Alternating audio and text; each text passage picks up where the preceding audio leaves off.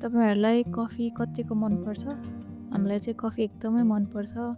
तर अलि टाइम अगाडिसम्म पनि यो मोका पट भन्ने पनि भाँडा हुन्छ कफी बनाउने भन्ने चाहिँ मलाई चाहिँ थाहा थिएन। अनि मैले पनि मोका पट किनेर ल्याएँ। आज चाहिँ त्यही मोका पटमा कफी बनाऊ है त। यो भाँडामा चाहिँ 3वटा कम्पार्टमेन्ट हुन्छ र टपको पार्ट हुन्छ अनि यसको भित्र चाहिँ यो कफी राख्ने यो भाँडा हुन्छ अनि तलको पार्टमा चाहिँ हामीले पानी हाल्छौँ।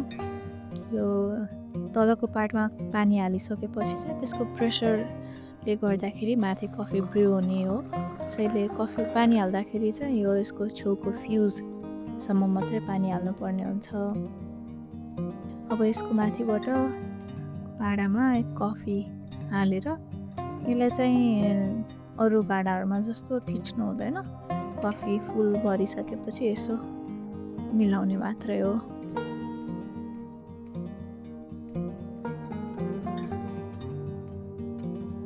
कफी यसरी मिलाएर यो भाँडा माथि राखेर माथिको भाँडा मजाले टाइट गर्नुपर्ने हुन्छ।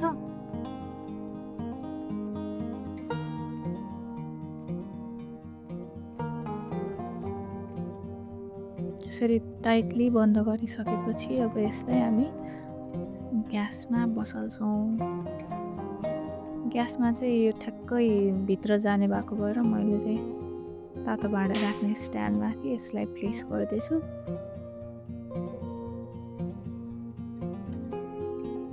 अब यसरी तलबाट तातो गएर त्यसको प्रेसर बिल्ड भएर अनि त्यो बिचको कफी चाहिँ ब्रु भएर माथि आउँछ। तर अहिले अब सिक्दै गरेको भएर नजानेको भएर कफी चाहिँ राम्ररी आउँदैन माथिबाट।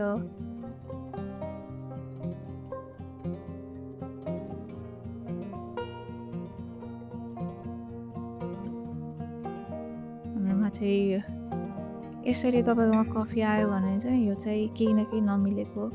तपाईँको कफी चाहिँ अलिकति धेरै नै मसिनो छ भने पनि यसरी आउँछ। तर बिस्तारै सिक्दै गएपछि राम्रो हुन्छ होला सायद। अब यसरी माथि ब्रु भइसकेपछि अब यो कफीलाई हामी बनाउँछौँ। आज चाहिँ लाते बनाउँछौँ हामी। यसलाई कफीमा डाइरेक्ट पोर गर्दा पनि हुन्छ।